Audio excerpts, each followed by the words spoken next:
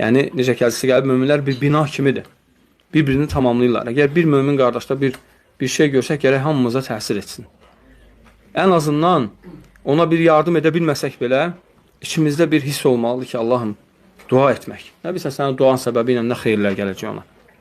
Dua et. Xüsusən, sənin qardaşıva dua etmən, burada heç bir dünyavi mənfəət yoxdur. Çünki xüsusən nədən? Bizahril qayb. Bizahril qayb, yəni o bilmədən sən ona dua edirsən. O bilmədən sən ona dua edirsən, necə ki, hədisdə gəlib, necədir hədis? Mə min abdin, sonra?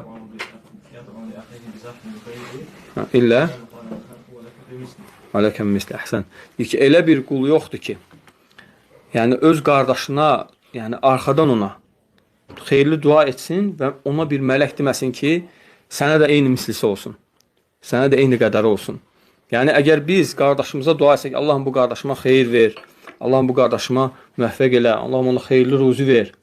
Və mələk də bizə dua edir, subhanallah. Əgər istəyirsənsə, mələk sənə dua etsin, öz qardaşına dua et. Bu da harada hasıl olur? Cəmaatda. Cəmaatda insan çoxlu qardaşlar qazanır.